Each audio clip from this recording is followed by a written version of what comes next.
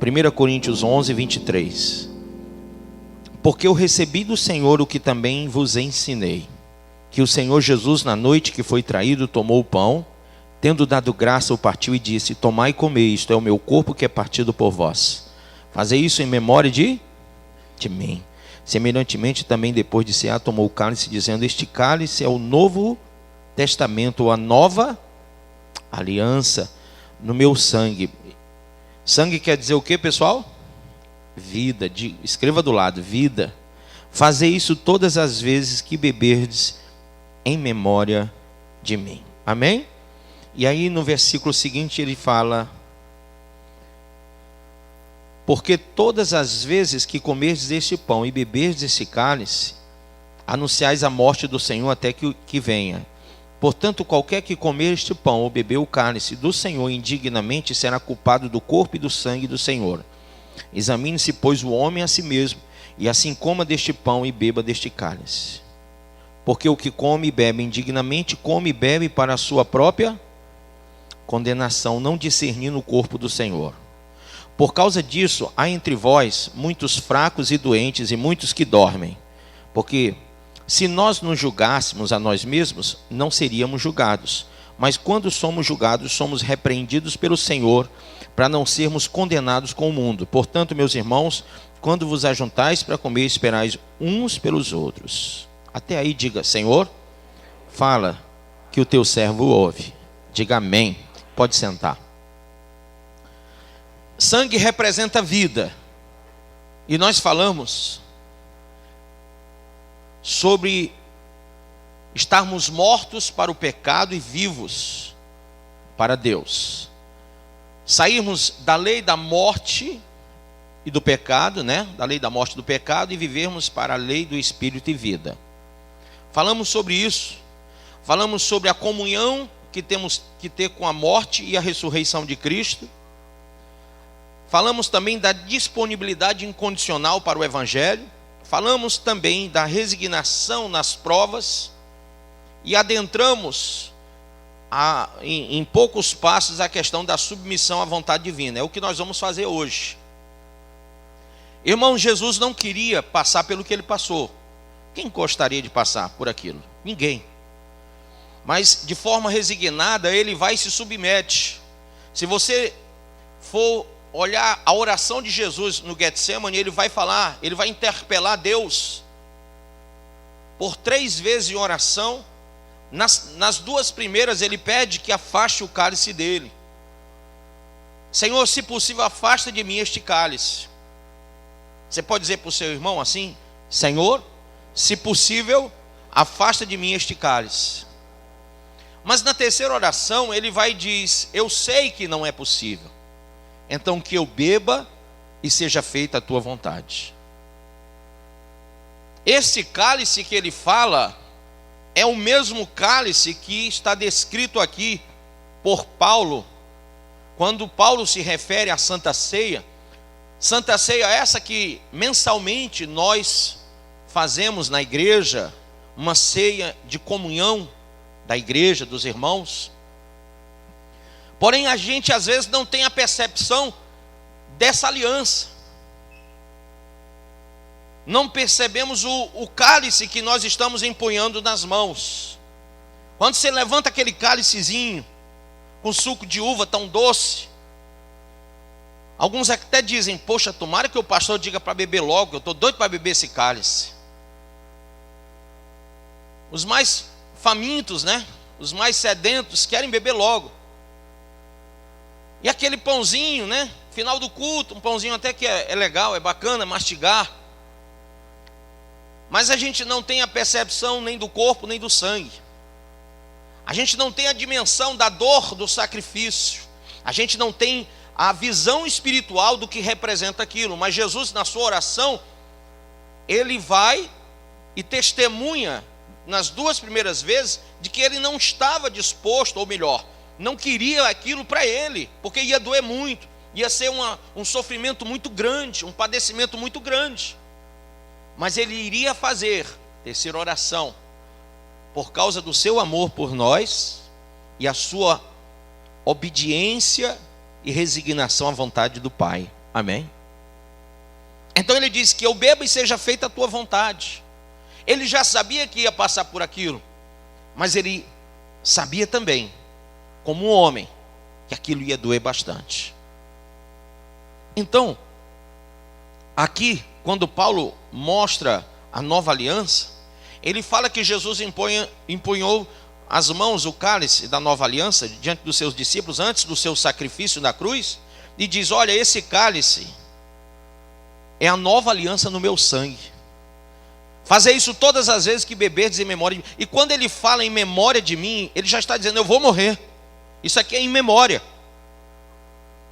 Então nós temos que ter a percepção que o cálice que ele tentou não beber, mas bebeu por resignação e obediência, é o cálice que muitas vezes prazerosamente pegamos num culto de Santa Ceia e tomamos sem um mínimo de reflexo espiritual. E quando eu falo reflexo espiritual, é que quando uma pessoa tem um reflexo, ela consegue defender-se. Mas nós não conseguimos nos defender, não temos reflexo espiritual para nos defender, quando ele diz: o que come e bebe indignamente, come e bebe para a sua própria condenação, não discernindo o corpo e o sangue de Cristo. Nós temos que ter o reflexo. Esse reflexo espiritual tem que funcionar diariamente, dioturnamente. Sabe por quê, irmãos? Porque nós temos que nos guardar da condenação com o mundo. Não podemos estar aqui participando da ceia e nos condenando com o mundo. Cada vez que a gente vai cear, muitas pessoas que pensam assim, que podem viver uma vida dissoluta e a qualquer momento basta pedir um perdãozinho e já está lá ceando novamente, e no outro dia cai de novo, e no outro dia faz tudo errado de novo, e passa um mês afastado do Senhor, e no final do mês, no dia antes da Santa Ceia, começa o processo de purificação. É o Yom Kippur evangélico. Naquele dia você resolve até evangelizar. É o Yom Kippur gospel. Você resolve evangelizar, você resolve fazer abrir um jejum, nem sabe se fecha, mas abre, né? Você resolve ler a Bíblia um pouco mais naquele dia, falar um pouco menos besteira, um pouco menos de televisão, um pouco menos de WhatsApp, um pouco menos de Facebook, um pouco mais de Bíblia, né? Ou talvez um pouco de Bíblia quando nem tinha. Mas nós falamos ontem também, aliás sexta, sobre a consagração dessa vida, desse sangue que é vida. O sangue é consagrado e a vida deve ser consagrada a Deus. Amém? Gostaria hoje de começar falando sobre essa consagração. São em 4 partes prioritárias. A primeira, abra no Êxodo 32, versículo 29. 32, versículo 25. O povo havia traído Deus. Então Moisés chega e vê as pessoas nuas, cultuando a um bezerro, adorando a uma imagem de escultura. E quando ele se aproxima, verso 25, e vendo Moisés que o povo estava despido, porque Arão o havia deixado despir-se para vergonha entre os seus inimigos, pôs-se em pé Moisés na porta do arraial e disse: quem é do Senhor, venha a mim. Então se ajuntaram a ele todos os filhos de Levi. E disse-lhes: assim diz o Senhor Deus de Israel: cada um põe a sua espada sobre a sua coxa, e passai e tornai pelo arraial de porta em porta. Como é que eles iam passar? De porta em porta, com a espada na mão. E mate cada um a seu irmão, e cada um a seu amigo, e cada um ao seu vizinho. E os filhos de Levi fizeram conforme a palavra de Moisés, e caíram do povo aquele dia uns 3.000 homens. Porquanto Moisés tinha dito: consagrai hoje as vossas mãos ao Senhor, porquanto cada um será contra seu filho e contra o seu irmão, e isto para que ele vos conceda hoje uma bênção. Grife isso. Pois cada um será contra seu filho, seu irmão, e isto para que Ele vos conceda hoje uma bênção. O que significa isso? Significa que haveria de haver uma consagração, uma purificação. E todos aqueles que prevaricaram perante o Senhor, naquela noite, uma noite de mortandade, de morticínio, eles iriam matar aqueles que estavam contrários à ordenança de Deus. Gente, Deus mudou? Não.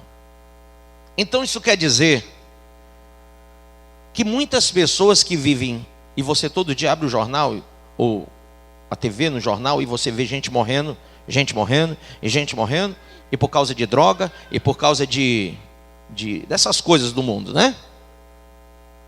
Aí você diz assim: poxa, será que é a vontade de Deus que todos eles morram? Com certeza não. A Bíblia diz que Ele não tem prazer na morte, mas que todos vivam, né? Porém, nós estamos tratando do juízo de Deus sobre o pecado da raça humana. A aliança é para nos livrar do juízo do pecado. Porque Romanos 6,23, Paulo escreveu: olha, o salário do pecado é a morte.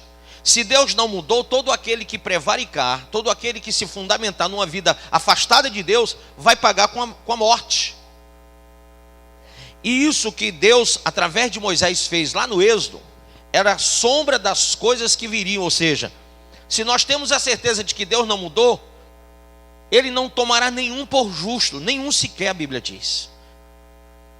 Por isso que Jesus veio à cruz, por isso que Jesus se entregou por nós na cruz, para que nem eu e nem você pensássemos que estaríamos nós acima da lei de Deus, acima daquilo que Deus prognosticou para o seu povo.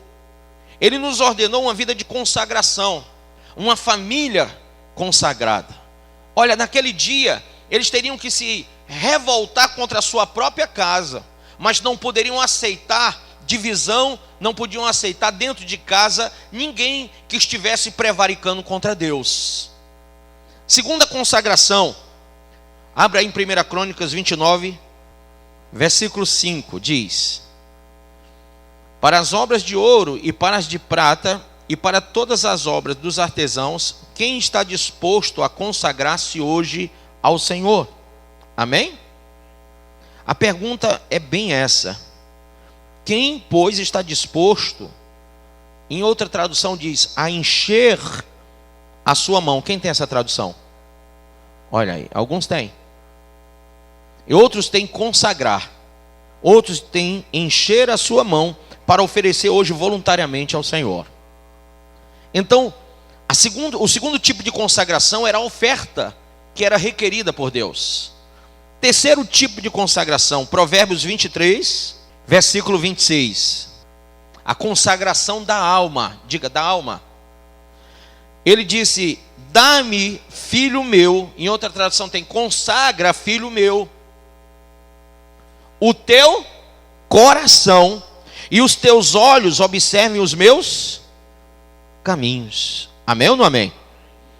Terceira consagração. Quarta, Romanos 12, 1. Rogo-vos, pois, irmãos, pela compaixão de Deus, que apresenteis os vossos corpos em sacrifício vivo, santo e agradável a Deus, que é o vosso culto racional, e não sede conformados com este mundo, mas sede transformados pela renovação do vosso entendimento, para que experimenteis qual seja a boa, agradável e perfeita vontade de Deus. Então essa última consagração é a consagração da nossa razão, da nossa mente. Que a nossa mente seja levada cativa ao trono de Deus. Que a gente tenha a percepção de como é a mente de Deus. Então eu tenho que consagrar minha mente, porque nem tudo que eu penso ou que eu acho, Deus está concordando comigo.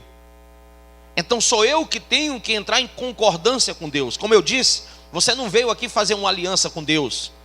Deus é que vai fazer uma aliança com você. Mas para que Deus faça essa aliança, você vai ter que entrar em concordância com Ele. Às vezes a gente quer subjugar a divindade, a gente quer pegar Deus e dizer: Deus, se o Senhor agir assim, se proceder assim, se fizer desse jeito, quando você vai no final da oração, Deus virou sua empregada, Deus virou o seu chofer, Deus virou o seu provedor, Deus virou tudo. E se Deus fizer tudo isso, então você vai servir a Ele. Lê do engano. Nós é que necessitamos de Deus e não Deus de nós. Amém? Então essa consagração da minha razão é para que eu tenha razão naquilo que eu falo com Deus.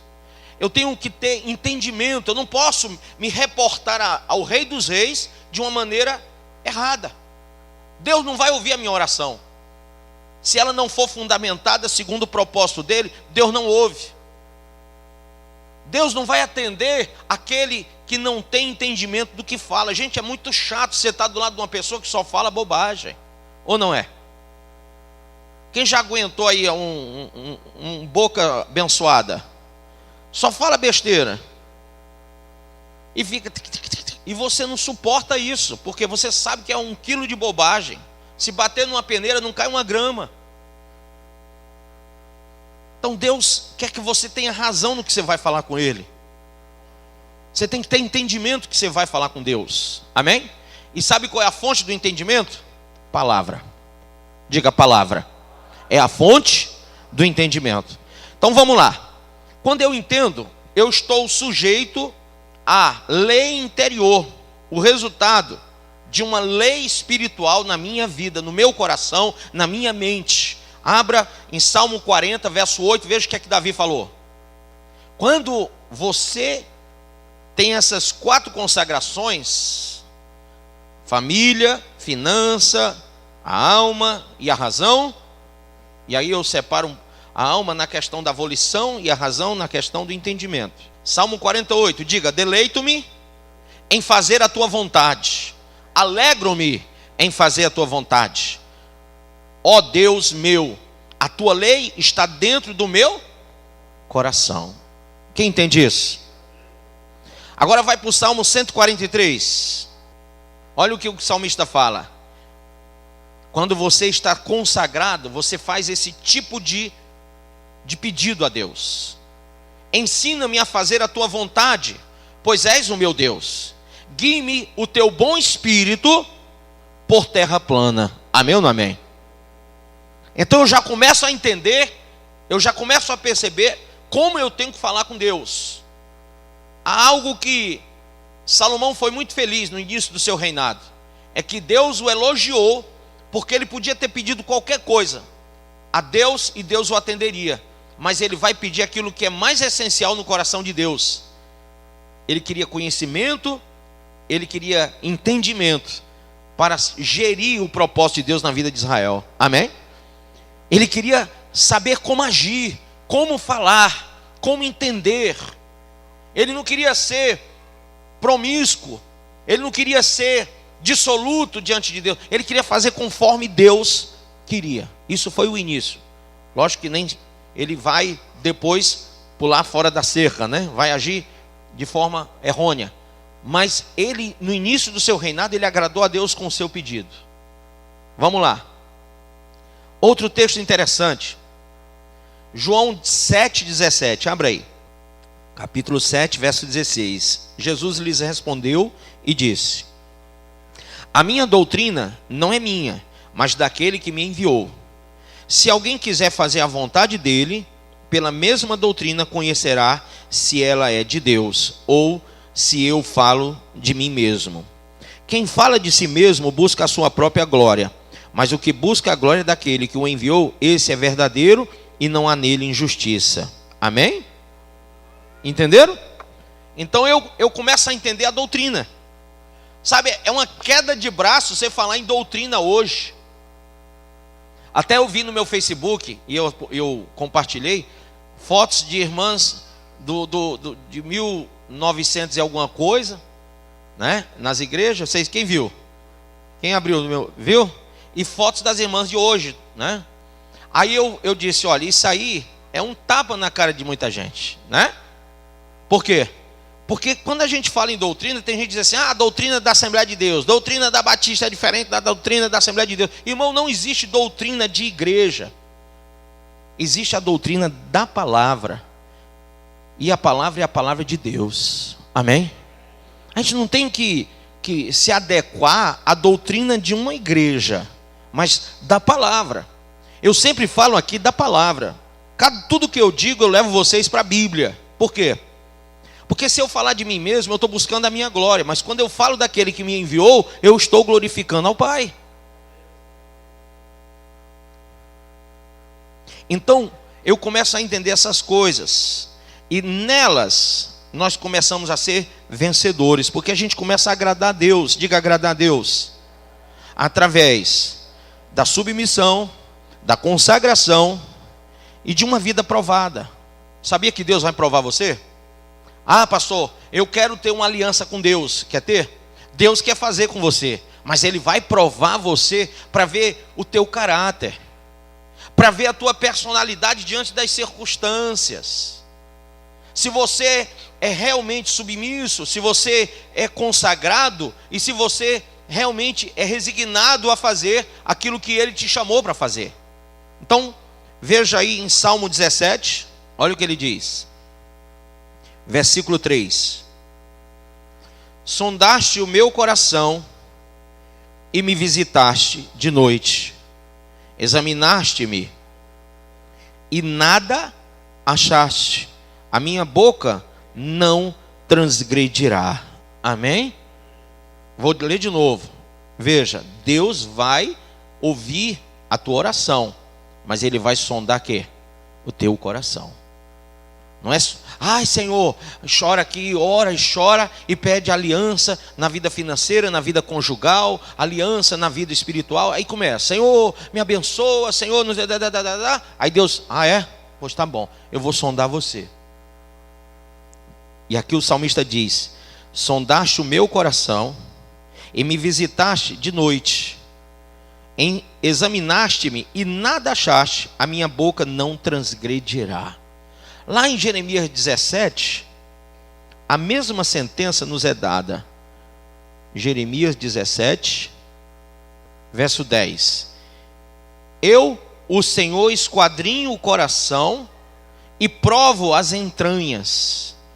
Isto para dar a cada um segundo os seus caminhos e segundo o fruto das suas ações. Então Deus vai provar, diga, Deus vai provar.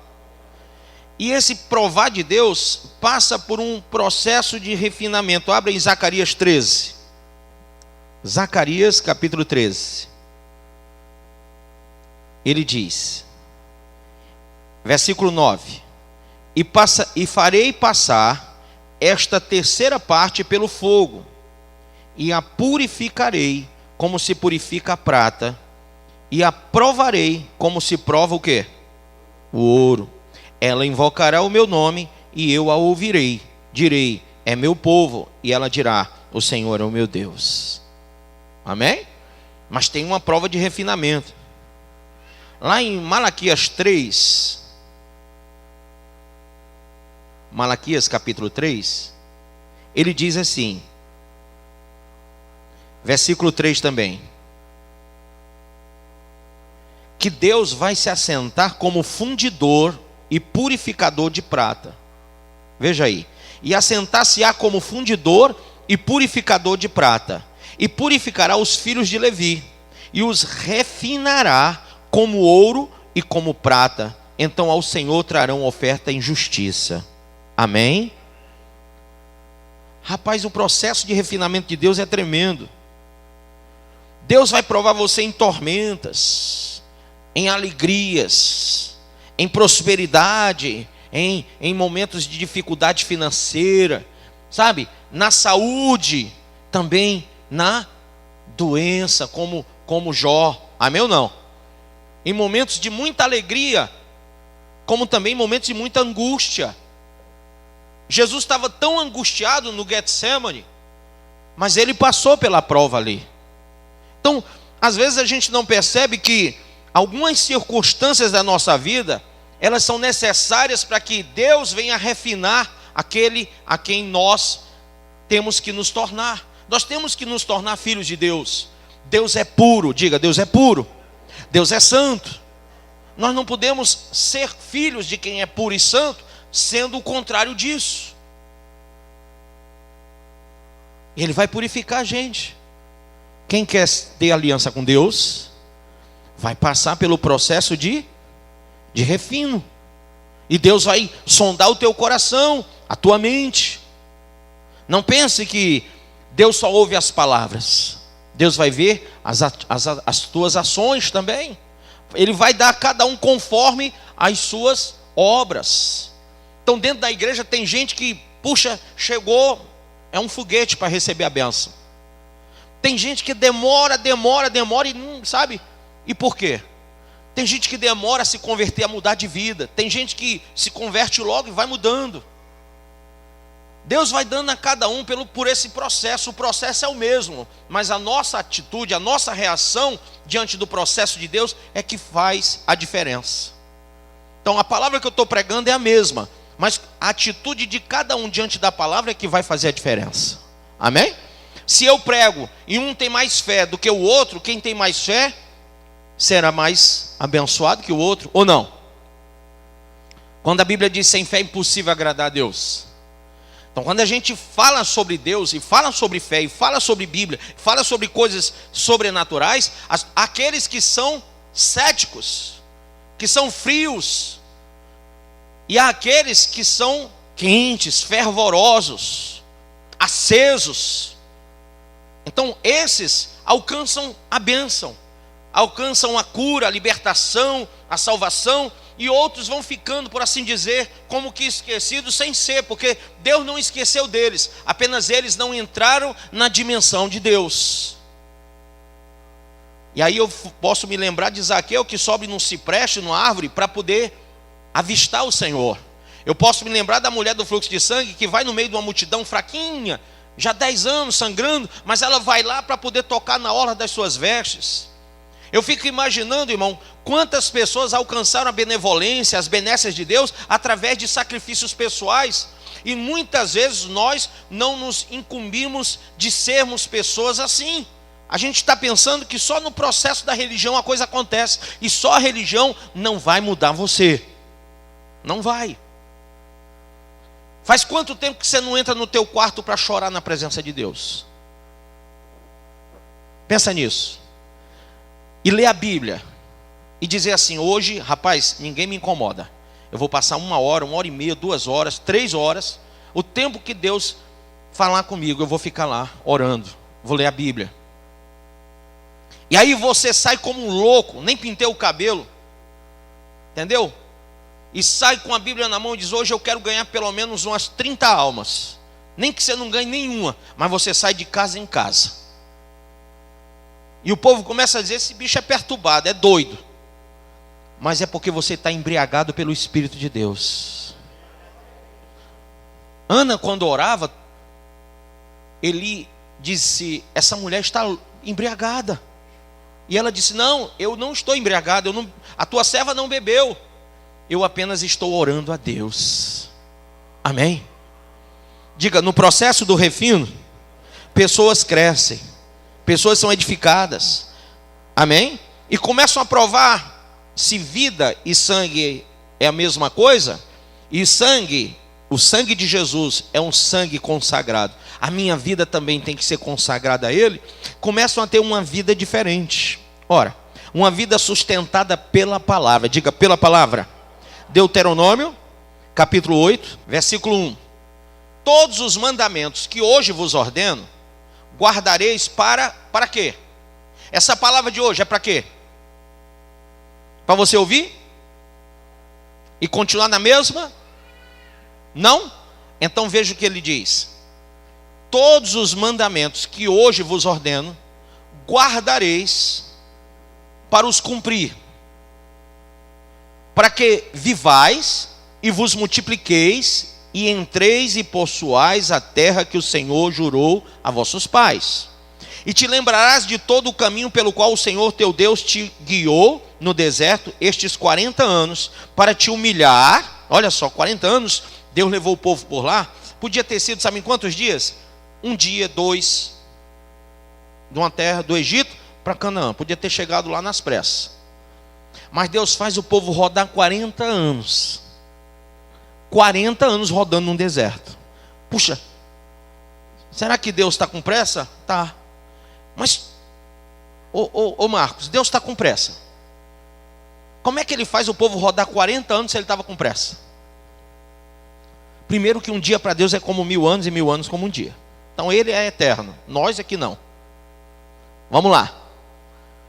A pressa de Deus é que vocês e eu, nós passemos pelo processo e sejamos aprovados. Amém?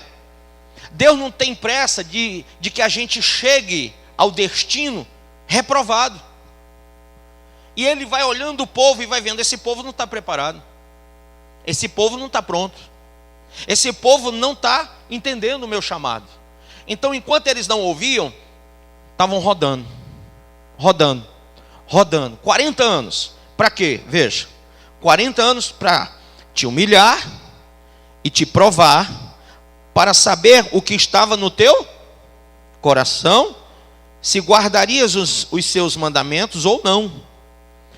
E te humilhou, e te deixou ter fome, e te sustentou com o maná, que tu não conheceste, nem teus pais o conheceram, para te dar a entender que o homem não viverá só de pão, mas de tudo que sai da boca do Senhor viverá o homem.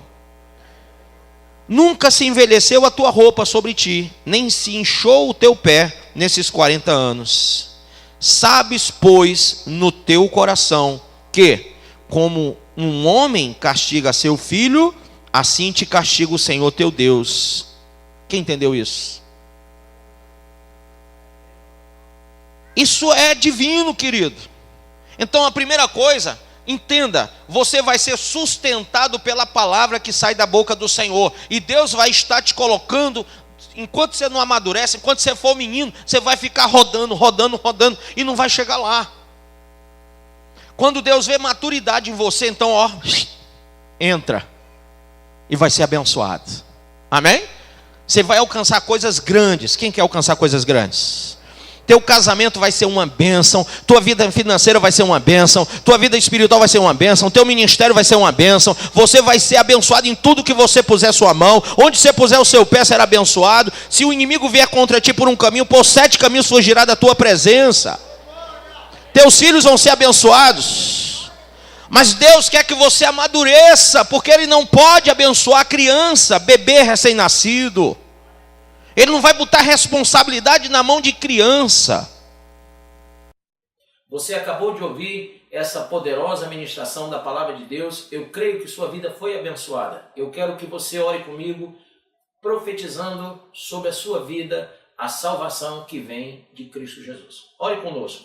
Deus Pai, em nome de Jesus, nós te agradecemos por esta palavra. E que o Senhor possa abençoar a vida de cada um que nos viu, que nos ouviu nesse dia.